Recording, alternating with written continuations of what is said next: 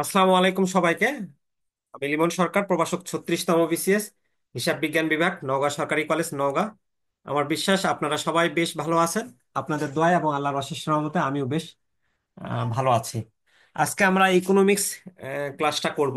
তো ইকোনমিক্স একটা খুব গুরুত্বপূর্ণ সাবজেক্ট, এবং এই ইকোনমিক্সে আমাদের দেখা যায় যে বেশিরভাগ দিন বেশিরভাগ দিন বলতে বেশিরভাগ পরীক্ষায় ইকোনমিক্স এবং এমএফএস এ ব্যাংকাররা ফেল করে।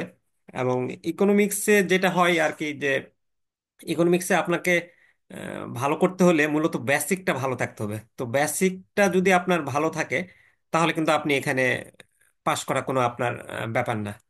এখন বেসিক ভালো বলতে এখানে যে ইকোনমিক্সে মার্কস পাওয়ার উপায় হচ্ছে যে যেই প্রশ্নগুলো আপনার গ্রাফ রিলেটেড প্রশ্ন, সেই প্রশ্নতে আপনি যদি গ্রাফ দিতে পারেন তাহলে মার্কসটা বেশি আসে। আর এখানে আরেকটা বিষয়, যে ইকোনমিক্সে আপনি তখনই মানে ভালো করতে পারবেন যখন হচ্ছে হলো আপনার কনসেপ্টটা ক্লিয়ার থাকবে। কনসেপ্ট ক্লিয়ার থাকলে আপনি খুবই ইজিলি আপনি গ্রাফটাকে বর্ণনা করতে পারবেন, প্রশ্নটা আপনার খুব দ্রুত মুখস্থ হবে। আর যদি কনসেপ্ট ক্লিয়ার না থাকে, তাহলে কিন্তু এখানে আপনার প্রশ্ন মুখস্থ করা আপনার জন্য টাফ হয়ে যাবে এবং পরীক্ষায় লেখাও একটু কঠিন হবে।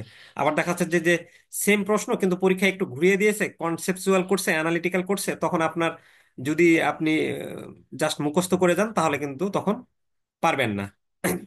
আমি সবাইকে ক্লাসটা আম, মানে ইজি করার জন্য মিউট করে রাখছি, কারণ যদি মিউট না করে রাখি অনেক শব্দ আসবে। পরবর্তীতে যদি কেউ কোনো কিছু বুঝতে সমস্যা হয়, তাদেরকে আমি সুযোগ করে দিব প্রশ্ন করার জন্য আর কি। এখন প্রশ্ন হচ্ছে যে আপনারা মূলত ইকোনমিক্সে পাশ করার জন্য কিভাবে পড়বেন।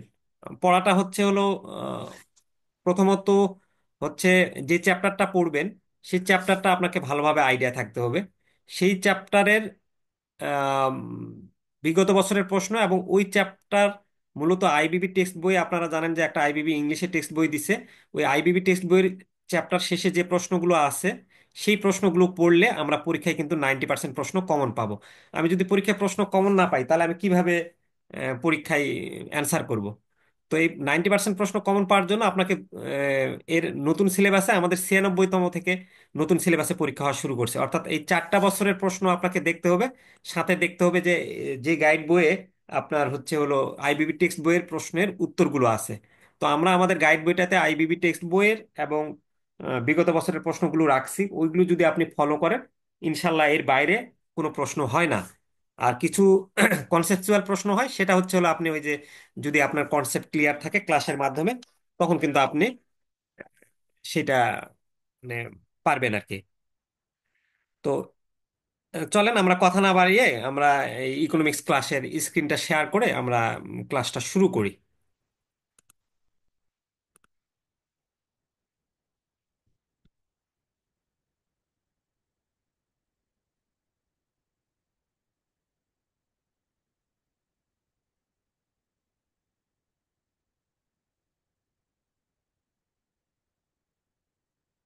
আচ্ছা, আমার এই আম, যে স্লাইডটা শেয়ার করছি, একটু কেউ একজন আমাদের এখানে মেসেজ করতে পারেন যে জাস্ট স্লাইডটা দেখা যাচ্ছে কিনা, তাহলে আমি আলোচনাটা শুরু করব।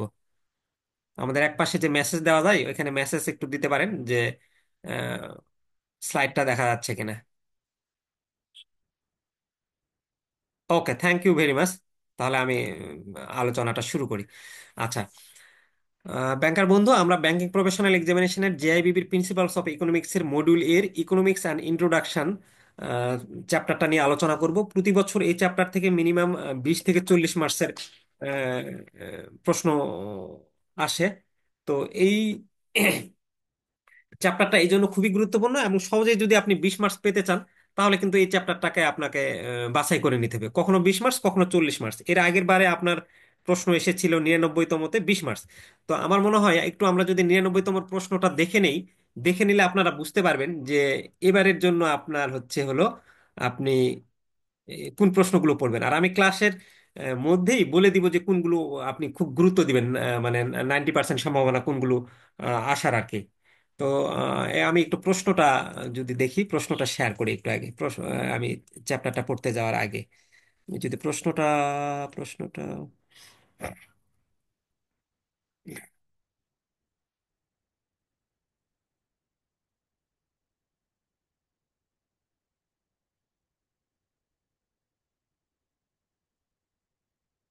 ইকোনমিক্সের প্রশ্নটা একটু শেয়ার হয়েছে কিনা একটু কেউ কাইন্ডলি জানাবেন, একটু মেসেজ করবেন যে এখানে আপনারা এই যে 99তম banking professional examination JAIIB principles of economics এই প্রশ্নের পিডিএফটা দেখা যাচ্ছে কিনা।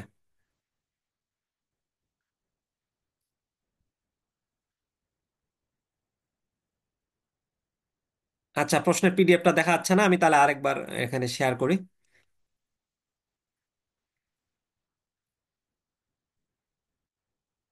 এবার মনে হয় দেখতে পারার কথা, একটু কেউ জাস্ট শেয়ার মেসেজ দিবেন যে দেখতে পাচ্ছেন কিনা, তাহলে আমি একটু আলোচনা করতে পারবো। ওকে ওকে, থ্যাংক ইউ। আচ্ছা, এখানে দেখেন আপনার গত 99তম ব্যাংকিং প্রফেশনাল এক্সামিনেশনে আমাদের যে প্রশ্নটা এসেছিল ফার্স্ট চ্যাপ্টার থেকে, যে discuss the difference between micro economics এবং ম্যাক্রো ইকোনমিক্স, মাইক্রো ইকোনমিক্স এবং ম্যাক্রো ইকোনমিক্সের মধ্যে পার্থক্যগুলো কি কি, প্রোডাকশন উৎপাদনের উপকরণগুলো কি কি, আর পজিটিভ ইকোনমিক্স এবং নরমেটিভ ইকোনমিক্স, এই এক সেট এসেছিল। হ্যাঁ, কখনো কখনো এই চ্যাপ্টার থেকে দুই সেটও আসে।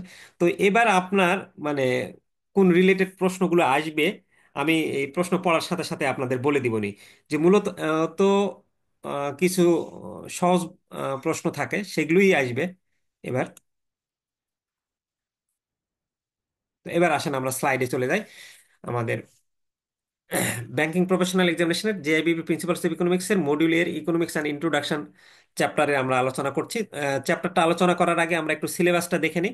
এখানে প্রথমে ডেফিনেশন, ইকোনমিক্সের ডেফিনেশন কাকে বলে, মাইক্রো ভার্সেস ম্যাক্রো, এই মাইক্রো ইকোনমিক্স এবং ম্যাক্রো ইকোনমিক্সের পার্থক্যটা জানতে চেয়েছিল, এটা আসছিল। তো এইটা এবার খুব বেশি গুরুত্বপূর্ণ না, যেহেতু অলরেডি চলে এসছে। দেখেন, পজিটিভ ভার্সেস নরমেটিভ ইকোনমিক্স, এটা কিন্তু এই যে সিলেবাস থেকেই সরাসরি প্রশ্ন তুলে দিয়েছে। এবং এই দুইটা প্রশ্ন কিন্তু আপনার ওই আইবিবি টেক্সট বইয়ে অলরেডি সরাসরি দেওয়া আছে, সেখান থেকেই কিন্তু দেয়। আমি বললাম না যে আইবিবি টেক্সট বই থেকে প্রশ্ন আসে। এর মধ্যে স্কার্সিটি রিসোর্স সম্পর্কে আমাদের জানতে হবে, অপরচুনিটি কস্ট জানতে হবে। অপরচুনিটি কস্টটা এবার খুবই গুরুত্বপূর্ণ আপনাদের জন্য। মনে করেন যে 99% প্রশ্ন চলে আসছে এই অপরচুনিটি কস্টটা, হয় শর্ট নোটস আকারে আসবে বা অন্য কোনো কিছু আকারে আসবে, এটা একটু ভালো করে পড়ে নিতে হবে। অর্থাৎ সুযোগ ব্যয়, circular flow, production possibility curve, এটা নিয়ে আমাদের ভালো আইডিয়া থাকতে হবে। এটাতে এখান থেকে বিগত বছরে অনেক প্রশ্ন আসে, এবার আসার মানে এটা এবার একটা 3 star topics. Economic models, economic system, market economy, regulated economy, এইটা আমাদের জন্য গুরুত্বপূর্ণ। ওই যে যেগুলো পুঁজিবাদী অর্থনীতি ব্যবস্থা, সমাজতান্ত্রিক অর্থ ব্যবস্থা, বিভিন্ন ধরনের অর্থ ব্যবস্থা আছে না, আপনারা জানেন, সেই অর্থ ব্যবস্থাগুলো এবার পরীক্ষার জন্য গুরুত্বপূর্ণ। তো সবার আগে আমরা এটা অর্থনীতির সংজ্ঞা দেন বা অর্থনীতি কাকে বলে, এটা নিয়ে আমাদের প্রশ্ন অনেক সময় আসে। এটা আমরা খুব বেশি সময় নষ্ট করব না, এটা খুবই সিম্পল। আপনারা এটা নিয়ে বেশি সময় নষ্ট করার কিছু নাই।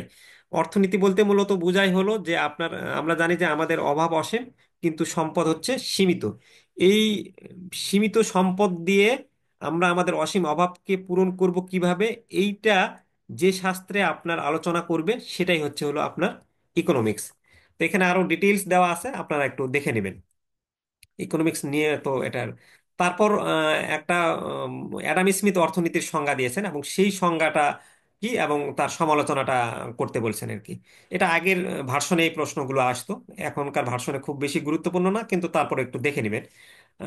কে আপনারা দয়া করে এখানে আমাদের স্লাইডে নিজেরা পেইনটা নেবেন না, পেইনটা নিয়ে তো এখানে আহ, আমাদের স্লাইডে চলে আসতেছে। তো আমাদের এখন আবার দেখা যাচ্ছে যে ইরেজ করতে হচ্ছে, এই যে ইরেজ করতেছি। তো এখন আপনারা দয়া করে কেউ পেইন নিয়ে কোনো কিছু করার দরকার নেই আপনাদের। আচ্ছা।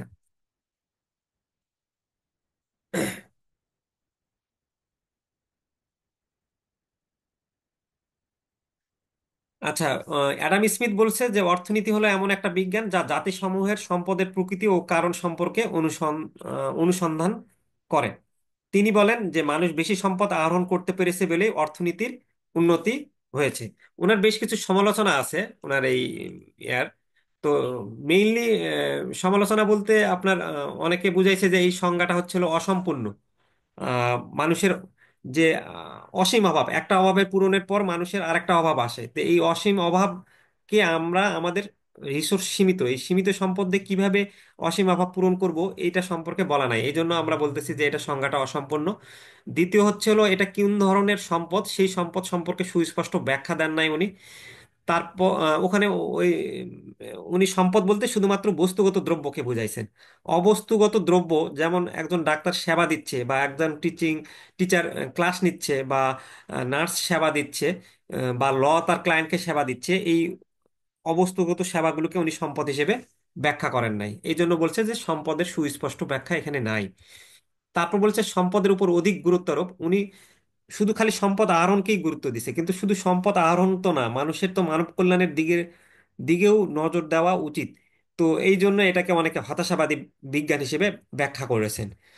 মানব কল্যাণ ওই যে উপেক্ষিত বললাম, যে খালি সম্পদ হইতে পারে না। তো এগুলি হচ্ছিল অ্যাডাম স্মিথের আমাদের সংজ্ঞার সমালোচনা। এখন আসেন এই যে এবারে আপনাদের এই প্রশ্নটা কিন্তু গুরুত্বপূর্ণ, যেটা 98 সালে এসেছিল, যে scarcity brings in the problem of choice, বা বাংলায় বলা যে দুষ্প্রাপ্যতা অপ্রতুলতা বাছাই বা পছন্দের সমস্যা সৃষ্টি করে, ব্যাখ্যা করুন। এটা কিন্তু এবার 3 স্টার প্রশ্ন। হ্যাঁ, এবং এইটা দেখেন, এই যে পাশে কিন্তু আইবিবি 2, আমরা আমাদের বইয়েও কিন্তু পাশে এরকম ভাবে উল্লেখ করে দিয়েছি। আইবিবি 2 মানে আইবিবি টেক্সট বইয়ের এটা হচ্ছে 2 নম্বর প্রশ্ন। তাহলে আমি কি বলছি, যে টেক্সট বইয়ের যে প্রশ্নগুলো থাকে চ্যাপ্টার শেষে, সেই প্রশ্নটা কিন্তু আপনাকে অবশ্যই পড়তে হবে, কারণ ওই প্রশ্ন থেকে হুবহু প্রশ্ন আসে। আপনারা বলেন যে প্রশ্ন অনেক কমন পাই না, তো প্রশ্ন কমন পাবেন কিভাবে? কারণ হচ্ছে ওই এ, কি বন্ধু স্টার বা কি স্মার্ট, এরা তো দুনিয়ার প্রশ্ন দিয়ে রাখছে উল্টাপাল্টা, মানে ইরিভিলেন্ট মানে প্রশ্ন দিয়ে রাখছে। মানে এখন যে নতুন সিলেবাস হয়েছে, নতুন সিলেবাসের আলোকে তো তারা প্রশ্নগুলো রাখে নাই। তাহলে দেখেন, এই যে আইবিবি হচ্ছে হলো 2 নম্বর প্রশ্ন। অথবা উম, বলছে যে আমাদের ওয়ান্ট এবং স্কারসিটি বলতে কি বোঝেন। তো এই দুষ্প্রাপ্যতা অপ্রতুলতা বা বাছাই বা পছন্দের সমস্যার সৃষ্টি করে, ব্যাখ্যা করুন, এইটা বোঝার আগে আপনাকে 2টা টার্ম বুঝতে হবে। একটা হলো এই অভাব বুঝতে হবে, আর একটা হলো ওই দুষ্প্রাপ্যতা বুঝতে হবে। তো ইকোনমিক্সে অভাব বলছে যে সাধারণত আর্থিক অসচ্ছলতাকে অভাব বলে। আর অর্থনীতিতে বলছে যে শুধুমাত্র আর্থিক অসচ্ছলতা অভাব না, জীবন ধারণের জন্য বস্তুগত বা অবস্তুগত দ্রব্য লাভের ইচ্ছাকে অভাব বলে। একজন ভিক্ষুকের ভাত খাওয়ার ইচ্ছা প্রকাশ করলো, তার এই ভাত খাওয়ার ইচ্ছাটাই অভাব একটা উদাহরণ হতে পারে। তো অভাবের আবার ইকোনমিক্সে বেশ কিছু বৈশিষ্ট্য দিয়েছে। এই বৈশিষ্ট্যগুলোর মধ্যে প্রথম বৈশিষ্ট্যটা দিয়েছে অভাব অসীম, কারণ আপনি জানেন যে একটা অভাবের পূরণের পর মানুষের হাজার হাজার অভাব আছে, এই জন্য হলো অভাব অসীম। তারপর বলছে বিশেষ অভাব সসীম, কিছু কিছু অভাব আছে আপনার অসীম না, সেই অভাবটা হয়ে যায় সসীম। তো এই অভাবটা সসীম বলতে কিভাবে বলতে, ধরেন আপনি আম খেতে খুব পছন্দ করেন, আপনাকে আমি যদি 50টা আম দেই, প্রথম 10টা আম আপনি কিন্তু খুব তৃপ্তি সহকারে খাবেন, 10টা আমের পর কিন্তু আপনার আর আম খেতে ইচ্ছে করবে না। তাহলে এই যে আমরা বলতেছি যে বিশেষ অভাব সসীম, 10টা আমের পর কিন্তু আম দিলে আপনি বলবেন যে না না আমার আম দিও না। তাহলে এই জন্য বলতেছি আমরা বিশেষ কিছু অভাব সসীম। এই যে এখানে আমরা আমের ছবি দিয়েছি, প্রত্যেকটা প্রথমে আম নিচে খুব তৃপ্তি সহকারে দেখতেছে, তৃপ্তি সহকারে খাচ্ছে, এখানেও খাচ্ছে, আর পরে দেখেন অনেকগুলো আম যখন চলে আসে তখন আর তার আম খেতে বিরক্ত লাগছে। আচ্ছা, অভাব পরস্পরের বিকল্প, কিছু কিছু অভাব আছে আপনি একটা অভাব আরেকটা অভাব দিয়ে পূরণ করতে পারেন। ধরেন আপনি চা খান, আপনি চিনি দিয়ে চা খাচ্ছেন, আপনার যদি চিনি না থাকে তাহলে আপনি কিন্তু সেখানে গুড় দিয়ে খেতে পারবেন। তাহলে এইটাই বলতেছে অভাব পরস্পরের বিকল্প। অথবা আপনি চা খেতে চাচ্ছেন, আপনার বাসায় চা নাই, আপনি চার পরিবর্তে কফি খেতে চাচ্ছেন, তাহলে আপনার চার পরিবর্তে কফিটা হচ্ছে হলো আপনার বিকল্প। এই যে এখানে একজন মানুষ তার কফির ছবি দিয়েছে, আর এখানে দুধ চার পরিবর্তে, সেটাই হচ্ছে হলো অভাব পরস্পরের বিকল্প, একটা অভাব আরেকটা অভাব দিয়ে পূরণ করছে না। অভাব হচ্ছে অনুকরণীয়। অনুকরণীয় বলতে বোঝাচ্ছে যে এক মানুষের একটা অভাব দেখে আরেকজনের আরেকটা অভাব মানে ইচ্ছা জাগে যে এটা আমার পেতে ইচ্ছা করে। তো বিশেষ করে এটা মেয়েদের ক্ষেত্রে হয়। মেয়েরা যখন দেখে অন্য মেয়ের আহ, গহনা অনেক পড়ছে, তাহলে তারও গহনা পেতে ইচ্ছা করে।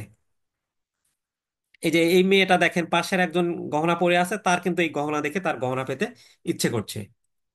আচ্ছা, এখন এই যে আমাদের হলো দুষ্প্রাপ্যতা বা অপ্রতুলতা বা বাছাই বা পছন্দের সমস্যা সৃষ্টি করে। তো এই জন্য আমাদের ইংলিশে বলে এটাকে স্কারসিটি, আর দুষ্প্রাপ্যতা ও নির্বাচন, আর একটাকে বলে চয়েস। এই দুষ্প্রাপ্যতাটা কি সেই জিনিসটা আমাদের ভালো মতন একটু আহ, বোঝা দরকার।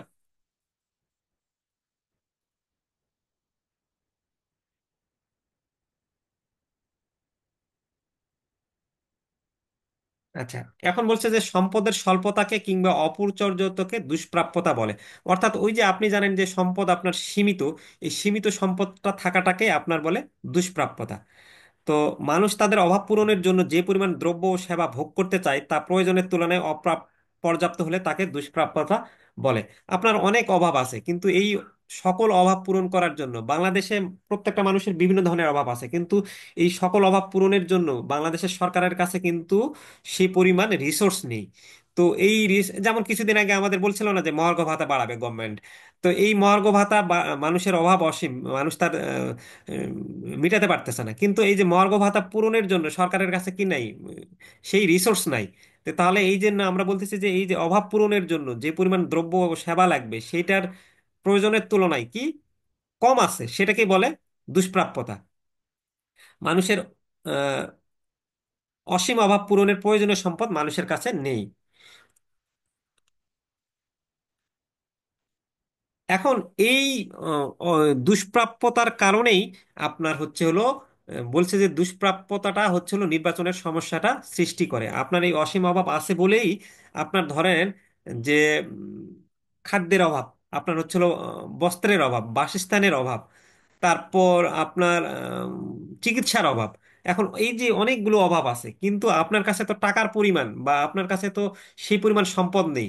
তাহলে এই সম্পদ দিয়ে আপনি হচ্ছে হলো কোন সমস্যাটাকে মানে কোন অভাবটাকে আগে প্রায়োরিটি বেসিসে সিলেক্ট করবেন, এই যে আপনি ঠিক করতে পারছেন না, এটাই হচ্ছে হলো আপনার নির্বাচনের সমস্যা। আপনার মাসে বাজেট হচ্ছে 30,000 টাকা ইনকাম, কিন্তু আপনি চাইলেই ওই 30,000 টাকা দিয়ে আপনার নেপালে যাইতেও ইচ্ছে করতেছে, কক্সবাজার যেতেও ইচ্ছা করছে, আবার এইদিকে আপনার ছেলে মেয়ের বেতন দিবেন, আপনি আবার বাসার ভাড়া দিবেন, আপনি আবার খাবার প্রতি মাসে খেতে হবে। তাহলে এই যে সকল সমস্যাগুলোকে আপনি গুরুত্ব সহকারে সবগুলো কিন্তু আপনার ওই বাজেট দিয়ে আপনি পূরণ করতে পারছেন না। তাহলে এই যে আপনার নির্বাচনের সমস্যা হচ্ছে, বাছাইয়ের সমস্যা হচ্ছে, আপনার অভাব অতিরিক্ত কিন্তু সম্পদ সীমিত থাকার কারণে, সেটাকেই আমরা বলতেছি যে দুষ্প্রাপ্যতার কারণে আপনার বাছাই সমস্যাটা তৈরি হয় আর কি। সেটাকেই বলছে যে আহ, সুযোগের বাছাইকে পছন্দ বা নির্বাচন বলে, সীমাবদ্ধ সুযোগের মধ্যে বাছাই করাকে নির্বাচন বলা হয়।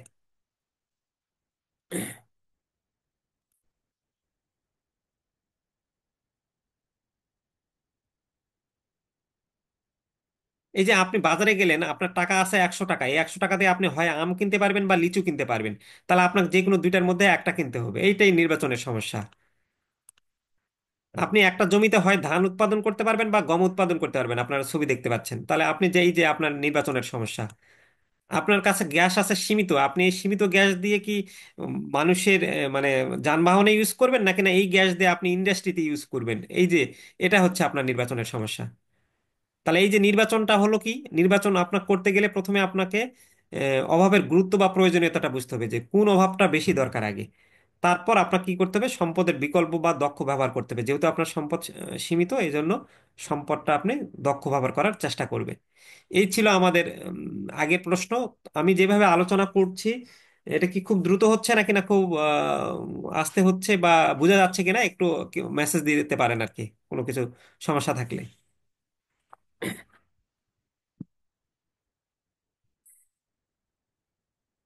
ওকে, থ্যাংক ইউ। আমাদের একজন বলছেন পারফেক্ট, তার মানে আমরা বুঝতে পারছি যে এইভাবে গেলেই হবে। এবার আসেন 4 নম্বর প্রশ্ন, খুবই খুবই গুরুত্বপূর্ণ প্রশ্ন। এই প্রশ্নটা আপনারা মনে করেন যে 100% মোটামুটি চলে আসছে, 99%। কারণ এবার এই কি বলে 100তম কি বলে 99তমতে এই প্রশ্নটা আসে নাই। তো এই যে আমি ক্লাস যখন করবেন, আমি এই জিনিসগুলো কিন্তু আলোচনা করব, কোন প্রশ্নটা 99% আসবে আমি এমন ভাবে বুঝাই দিব ইনশাল্লাহ। তারপর আমাদের এই গাইড বইটা মাত্র তো 100, বাংলা গাইড বইটা আমাদের কত পেজের, আমার কাছে বইটা আছে এখন 110 পেজের। তো 110 পেজের মধ্যে ওখানে আমি আবার এক দুইটা চ্যাপ্টার আপনাদের বাদ দিয়ে দিতে বলবো। তখন আপনারা ইনশাল্লাহ ইকোনমিক্স আপনাদের কাছে মানে অল্প পরিশ্রমে সহজে পাশ করুন, আমি যে এই কথাটা বলি, তখন আপনারা দেখবেন যে ঠিকই অল্প পরিশ্রমে হয়ে যাচ্ছে। তো আসেন এবার যেই প্রশ্নটা আমরা বলতেছি যে 99% এবার পরীক্ষায় আসবেই, সেটা বলছে এই যে 96তম ব্যাংকিং প্রফেশনাল এক্সামিনেশনে কিন্তু এই প্রশ্নটা এসেছিল যে অর্থনীতির মৌলিক সমস্যা সমূহ কি চিত্রের সাহায্যে ব্যাখ্যা করুন। তারপর অথবা অর্থনীতিতে ব্যবহৃত কি, কিভাবে এবং কার জন্য মৌলিক প্রশ্নগুলো আলোচনা করুন। একটা দেশের সীমিত সম্পদ ব্যবহারের ক্ষেত্রে এই প্রশ্নগুলোর নির্দিষ্ট উদাহরণ দিন। অথবা একটা অর্থনীতি কোন 3টি মৌলিক প্রশ্নের মুখোমুখি হয় চিত্রের সাহায্যে ব্যাখ্যা করুন। তো এই ছিল আমাদের আপনার এই প্রশ্নটা। তো এটা কিন্তু 98তম ব্যাংকিং প্রফেশনাল এক্সামিনেশনে এসেছিল। এই যে আইবিবি টেক্সট বইয়ের, এখন এই যে দেখেন আমি পাশে কিন্তু আইবিবি 4 লিখে দিয়েছি, আমি বলছি না যে আইবিবি টেক্সট বইয়ের প্রশ্ন হুবহু আসে। তাহলে এই যে আইবিবি টেক্সট বইয়ের চ্যাপ্টার শেষে গিয়ে দেখেন এই ইংলিশ প্রশ্নটা সেম এরকম ভাবে দেওয়া আছে। তো আমরা আমাদের গাইড বইয়ে কিন্তু এই যে বিগত বছরের প্রশ্ন প্লাস আইবিবি টেক্সট বইয়ের প্রশ্নও কিন্তু দিয়ে দিয়েছি, যেন আপনারা পরীক্ষায় প্রশ্ন কমন পান। আচ্ছা, এটাই কিন্তু ইংলিশে দেওয়া আছে, আমি আর আলোচনা করলাম না। মূল থিমটা আপনারা যদি জানতে পারেন তাহলে যে ইংলিশে লিখবেন বা বাংলায় লিখবেন একই জিনিস। বিষয় হচ্ছে হলো বুঝা। যখন আমরা বুঝাই তখন তো আলটিমেটলি স্লাইড আমি বাংলায় ইউজ করি না ইংলিশে ইউজ করি সেটা ব্যাপার না, কিন্তু ইংলিশেও ইউজ করলে আলটিমেটলি তো বাংলাই বুঝাই দিবে। আচ্ছা, এখন বেসিক ইকোনমিক্স প্রবলেমস। ইকোনমিক্সের তিনটা মূল অর্থনীতির সমস্যা, একটা হলো কি কি দ্রব্য উৎপাদন করতে হবে, কিভাবে উৎপাদন করতে হবে এবং কার জন্য উৎপাদন করতে হবে। তো প্রথম পয়েন্টটা আসেন, আমরা হচ্ছে হলো এই কি কি দ্রব্য উৎপাদন করা হবে সেটা একটু ব্যাখ্যা করি। তো এই যে কি কি দ্রব্য উৎপাদন করতে হবে, আমি কিছুক্ষণ আগে আলোচনা করলাম না, আপনার হচ্ছে সম্পদ সীমিত। এই সীমিত সম্পদ দিয়ে তো আপনি সব দ্রব্য উৎপাদন করতে পারবেন না। আপনার একটা দেশে আহ, ধান, ওই দেশের আপনি ধান উৎপাদন করবেন নাকি গম উৎপাদন করবেন নাকি আপনি চিয়া সিড উৎপাদন করবেন নাকি ভুট্টা উৎপাদন করবেন, ওই দেশের আপনার কিন্তু অভাব পূরণের জন্য আপনি হাজারো পণ্যের উৎপাদন করতে পারবেন, কিন্তু এই সীমিত আপনার সম্পদ সীমিত, এই সীমিত সম্পদ দিয়ে আপনি চাইলেই চিয়া সিড বা আপনি চাইলেই মানে ধান গম এগুলো সব উৎপাদন করতে পারবেন না। আপনাকে সিলেক্ট করে নিতে হবে যে আমি কোনটা আগে উৎপাদন করবো আর কি, এই অনেকগুলোর মধ্যে। এটাই হচ্ছে হলো মূলত আপনার প্রবলেম অফ চয়েস বা নির্বাচন অফ সমস্যা, যেটাকে বলে আমি কি কি পণ্য কি পরিমাণে উৎপাদন করব। এখন এইটা কথা হচ্ছে যে এই প্রশ্নটা, এই পয়েন্টটা অনেকেই কিন্তু গ্রাফ ছাড়াই দিবে, কিন্তু আপনি যদি একটা গ্রাফ এই পয়েন্টটার সাথে একটা গ্রাফ দিয়ে দিতে পারেন তাহলে আপনি মার্কসটা কিন্তু বেশি পেয়ে যাবেন। এবং গ্রাফটা দেওয়া খুব ব্যাপার না, আমি এখানে একটু আঁকে দেখানোর আপনাদের চেষ্টা করব। আর এছাড়াও এই চ্যাপ্টারটার উপর আমি খুব সুন্দর করে গ্রাফ আমার ইউটিউব চ্যানেলে কিন্তু স্টাডি গ্রুপ 360-এ বোর্ডে আঁকাই দিয়েছি। কারো যদি এই ক্লাসে বুঝতে সমস্যা হয় তারা আবার ওই আমাদের বোর্ডে মানে ইউটিউবে গিয়ে দেখে নেবেন, ওখানে আরো সুন্দর করে, কারণ জুমে তো আর একেবারে পারফেক্টলি আঁকা যায় না যেভাবে আমরা বোর্ডে আঁকি। তারপর আমি এখানে আপনাদের আঁকার চেষ্টা করে দিচ্ছি। অনেকেই এই প্রশ্নটা আপনারা শুধুমাত্র খালি ওই ডিটেলস লিখে যান কিন্তু চিত্রটা আর দেন না, কিন্তু চিত্রটা দিলে আপনার মার্কসটা বেশি আয় দিবে। এখন আসেন চিত্রটা আমরা একটু আঁকি, যতটুকু পারা যায় এখানে। পারফেক্টলি আপনার আঁকা যাবে না, বাট আমি চেষ্টা করবো যতটুকু ভালো করা যায় আর কি আঁকার।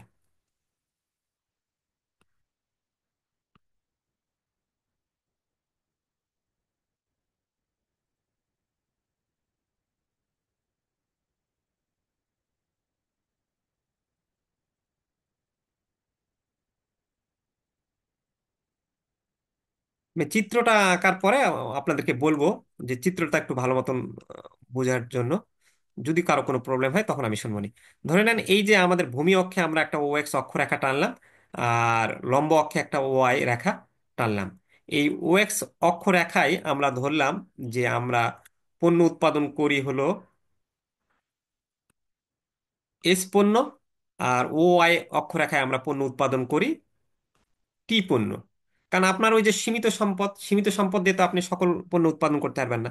এখন এটা আমরা প্রথমে এইরকম একটা কি করব, এইরকম ভাবে একটা রেখা টেনে দিলাম, টেনে দিয়ে এটার আমরা কি এগুলো বিভিন্ন পয়েন্ট, এটাকে মনে করলাম একটা এ, এটাকে একটা বি পয়েন্ট ধরলাম, আর এটাকে আমরা সি পয়েন্ট ধরলাম। এখন এই এটাকে আমরা এই পর্যন্ত টানলাম, এই বি পয়েন্টে যেখানে আছে এটাও আমরা এই পর্যন্ত টানলাম। একটু আচ্ছা আমি লাইন দিয়ে নিই তাহলে দেখতে সুন্দর লাগবে এই জায়গায়।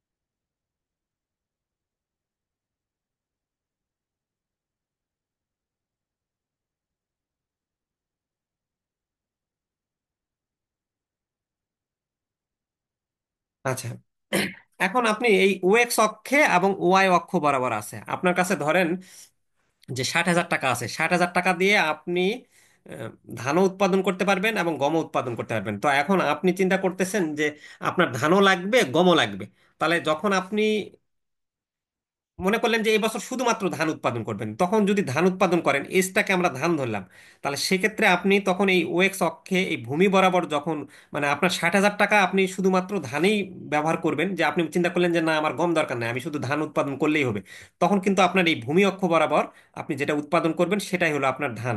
কারণ ভূমি অক্ষ বরাবর আপনার কিন্তু এই যে গমের পরিমাণ সেটা কিন্তু হবে শূন্য।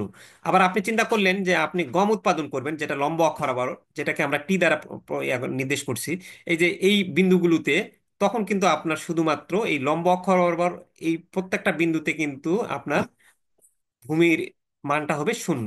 কিন্তু আপনি চিন্তা করলেন যে না আপনার ধানও দরকার, আমার গমও দরকার এই 60,000 টাকার মধ্যে, তখন আপনি চিন্তা করলেন কি, আপনি এই বিন্দুতে চলে আসলেন। এই বিন্দুতে চলে আসলে আপনি দেখেন, এই বিন্দুতে আপনি ধরে নেন, এই বিন্দুতে সাপোজ চলে আসলেন, তাহলে এই বিন্দুতে আসলে আমরা কি দেখতে পাচ্ছি, আমরা এই যে এই উম, এতটুকু আমরা কি হচ্ছে এখানকার একটা আমরা নাম দিই, সাপোজ এটার নাম দিলাম হলো এন, আর এই জায়গার নাম দিলাম আমরা এম। তাহলে এই জায়গায় আমরা এই যে এই বিন্দুতে কি হচ্ছে, আমরা এই যে ওএন পরিমাণ কি কি উৎপাদন করতেছি, এস পণ্য উৎপাদন করতেছে ওএন পরিমাণ। আর এইদিকে এই যে লম্ব, আমরা এটা কি দেখাচ্ছে, আমরা ওএম পরিমাণ, এই যে আপনার এই যে এই যেটা আছে এই ওএম পরিমাণ কিন্তু টি পণ্য উৎপাদন করতেছে। অর্থাৎ আপনি 60,000 টাকা দিয়ে ধান এবং গম, এস এবং টি এই দুইটা পরিমাণই পণ্য উৎপাদন করতে চাচ্ছেন, তখন কিন্তু আপনি এই বিন্দুতে এখন সাম হাও আপনি চিন্তা করলেন যে না আমার হচ্ছে হলো এন পরিমাণ যে পণ্যটা আমি, মানে সরি এস পরিমাণ যে পণ্যটা উৎপাদন করছি সেটা আমার আরো বেশি লাগবে। তাহলে যদি আরো বেশি লাগে, তাহলে এই যে এই জায়গায় আপনার যেটা পরিমাণ বোঝাচ্ছে, সাপোজ এটা যদি 10 একক হয়, আপনি যদি আরো যদি পণ্য উৎপাদন করতে চান, তাহলে এই দিকে আপনি যদি বি বিন্দুতে চলে যান, এই জায়গাতে চলে আসেন, তাহলে কিন্তু আপনার পণ্যের পরিমাণটা বেড়ে যাবে। তাহলে আপনি যখন এই এস পণ্য উৎপাদন করতেছেন, তখন কিন্তু আপনি বি বিন্দুতে চলে আসলেন, আপনি চিন্তা করলেন যে আপনার এসটা বেশি লাগবে, তাহলে এন এর থেকে আপনি এসে এখানে চলে আসলেন, এখানে আমরা নাম দিলাম সাপোজ এটা এম। এখন এই বি বিন্দুতে আপনি যখন এই ও এম পরিমাণ পণ্য উৎপাদন করতেছেন কি, এস পরিমাণ পণ্য, তাহলে এই বি বিন্দুতে যখন এখানে আসলেন, তখন কিন্তু এই যে এম থেকে, তখন আপনি কি করছেন, এই এম থেকে এই আরো কিন্তু আপনাকে নিচে নামতে হবে, এই বি বিন্দুতে আসতে হলে এম এর কি হবে, এটা আরো নিচে নামতে হবে না? তাহলে এম এর জায়গায় এটার নাম দিলাম সাপোজ পি। তাহলে এখন এই যে আপনি একটা পণ্য যখন আপনি ধান এবং গম উৎপাদন করতে পারছেন 60,000 টাকায়, আপনি গম যখন বাড়াবেন তখন কিন্তু ধানের পরিমাণ আপনাকে কমাই দিতে হবে। অর্থাৎ আপনি যখন এই এক্স অক্ষ বরাবর এস পণ্য উৎপাদন করছেন, এস পণ্য উৎপাদন করতে গেলে যখন আপনি এসটা বেশি পণ্য উৎপাদন করবেন, তখন অটোমেটিক্যালি আপনার যেহেতু টাকা কম, তখন কিন্তু আপনাকে আরেকটা পণ্য কমাই দিতে হবে, তখন এম থেকে কিন্তু আপনি পিতে চলে আসছেন। আপনি সাপোজ ধরে নেন আরো উৎপাদন বাড়াবেন, এম থেকে যদি এই সি বিন্দুতে যান, এখানে আমরা যদি একটা নাম দেই হলো কিউ, আর তাহলে তখন কিন্তু এই পি থেকে আপনার আরো নেমে আসবে, তখন হয়ে গেল কি আর। তাহলে এই যে একটা পণ্য বাড়াতে গেলে আরেকটা পণ্য কমাইতে হয়, অথবা আপনি যদি ভাইস ভার্সা চিন্তা করেন যে আপনি এইদিকে টি পণ্য আর থেকে পিতে যাবেন, আর এর চেয়ে পি পণ্য বাড়াবেন, তখন তাহলে এই সি বিন্দু থেকে আপনি যখন বি বিন্দুতে যাচ্ছেন, আর থেকে পি হচ্ছে, তখন সি থেকে বি বিন্দুতে গেলে তখন অটোমেটিকলি আপনার কিন্তু এই দিকে এই ভূমি অক্ষ বরাবর যেটা এস পণ্য, এই কিউ থেকে তখন কিন্তু আপনাকে এম এ চলে আসতে হচ্ছে। তো এটাই হচ্ছে হলো কি পণ্য কিভাবে উৎপাদন করবেন। আমার মনে হয় ব্যাখ্যাটা বুঝতে পারছেন, আর কি ব্যাখ্যা করার দরকার আছে? মেসেজ দিতে পারেন কেউ যে পিকচারটা বোঝা গেছে কিনা। যদি বোঝানো যায় তাহলে আর দরকার নেই, আমি পরের রাতে চলে যাব। হ্যাঁ, এই তিনটা অনেকেই বলছে যে এই তিনটা কি নির্বাচনের সমস্যা। এটা আসলে কি পণ্য ভাবে উৎপাদন করতে হবে, আপনার একটা ইকোনমিক্সের অর্থনীতির যে সমস্যাটা, সেটাই হচ্ছে মূলত এই কি পণ্য কি পরিমাণে উৎপাদন করতে হবে আর কি। কে কেউ মেসেজও দিতে পারেন, আমি মাঝে মধ্যে মেসেজ চেক করবো আর কি, আর সবার শেষে আমি প্রশ্নও নিব আর কি। আচ্ছা, আচ্ছা, বোঝা যাচ্ছে, তাহলে আমি আর এটা নিয়ে আলোচনা করলাম না। উম, আমি নেক্সট এতে চলে যাই আমার আলোচনায়। আচ্ছা, এখন বলতেছে যে কিভাবে কোন পদ্ধতিতে পণ্য উৎপাদন করা হবে। আপনি সিলেক্ট করে নিলেন যে ভাই আমার ধান গম, তারপর পেঁয়াজ আলু, চিয়া সিড, তারপর আমার সজনে পাতার গুঁড়া, এগুলার মধ্যে আমার সবচেয়ে বেশি দরকার হলো আগে ধান। আগে আমাকে ওই চাউল তো করতে হবে, চাল করে আমার ভাত খাইতে হবে। তাহলে এখন আপনি ধান আপনার কি কি পণ্য উৎপাদন করতে হবে সেটা আপনার বাছাই হয়ে গেল। বাছাই হয়ে যাওয়ার পর দ্বিতীয় নম্বরে এখন আসবে সমস্যাটা, যে আপনি এই পণ্যগুলো কোন পদ্ধতিতে উৎপাদন করবেন। এই ধানটা তো আপনি উৎপাদন করতে পারবেন নাঙ্গল দিয়েও, আবার চাইলে আপনি এই পণ্যটা উৎপাদন করতে পারবেন হচ্ছে ট্রাক্টর ইউজ করেও, আধুনিক প্রযুক্তি ইউজ করে। তাহলে আপনার কাছে কি পরিমাণ টাকা আছে, কি পরিমাণ মূলধন আছে, সেটার উপর নির্ভর করে কিন্তু আপনি বাছাই করাটাকে আপনাকে বলছে কিভাবে বা কোন পদ্ধতিতে পণ্য উৎপাদন করা হবে। নির্বাচিত পণ্য কিভাবে এবং কোন পদ্ধতিতে উৎপাদন করা হবে সমাজের নিকট, তাও একটা মৌলিক নির্বাচন সমস্যা। উৎপাদনে ব্যবহৃত উপকরণ সমূহ সীমিত বলে এরূপ সমস্যা দেখা দেয়। আচ্ছা, এখন দেখেন এই যে আপনার একজন আছে হলো, আমরা এই যে ধানে দেখতেছি একটা ছবিতে যে ট্রাক্টর দিয়ে ধান চাষ করতেছে, মানে নিড়ানি দিচ্ছে, আর আরেকজন হলো নাঙ্গল দিয়ে নিড়ানি দিচ্ছে। আপনি কোনটা বাছাই করবেন, সেটাই হচ্ছে হলো আপনার কোন পদ্ধতিতে পণ্য উৎপাদন করবেন। তো এখানে পণ্য উৎপাদন করবেন, একটা চিত্র আছে এই যে পণ্য উৎপাদন পদ্ধতিতে বাছাই সমস্যা বলে এটাকে। যদি আপনি পিকচার, অনেকে পিকচার দেয় না, পিকচার দিতে পারলে ভালো। তো এই পিকচারটা সেম ওই ওই রকম ভাবেই আপনি আঁকতে পারবেন। আমি একটু জাস্ট শুধু আম, আপনাদের আঁকাই দেই, এখানে আমি আর বেশি সময় নিব না।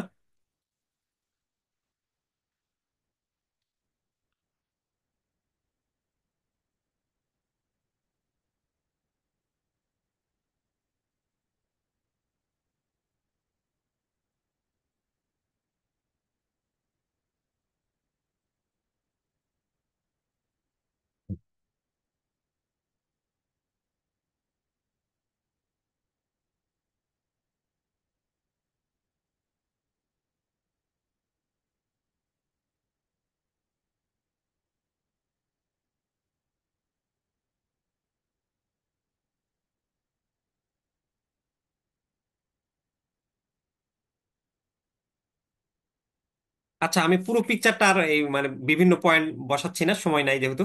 আমি খালি এটুকু বুঝাই যে কিভাবে বা কোন পদ্ধতিতে পণ্য উৎপাদন করতে যাবেন। তখন এখানে একটা পাশে এই যে দেখেন পিকচারে আমরা এদিকে মূলধন দিয়েছি, তাহলে এইদিকে আমরা মূলধন লিখবো, আর আরেক পাশে লিখবো হলো শ্রম।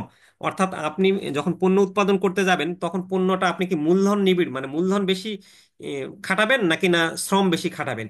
তো এতে ধরে নেন আমরা আমেরিকা বললাম, তাহলে আমেরিকা কান্ট্রি কিন্তু উন্নতি প্রযুক্তি, ওরা কিন্তু যখন এটার প্রত্যেকটা বিন্দুতে পণ্য কিন্তু মানে সেম হবে। এই যে এটাকে বলে প্রোডাকশন পসিবিলিটিস কার্ভ, এর প্রত্যেকটা বিন্দুতে পণ্য উৎপাদন সেম হবে। কিন্তু এতে আমি যখন পণ্য উৎপাদন করব তখন দেখেন এই যে মূলধন বোঝাচ্ছে, তো এটা কিন্তু এই যে মূলধনটা কিন্তু পরিমাণটা বেশি।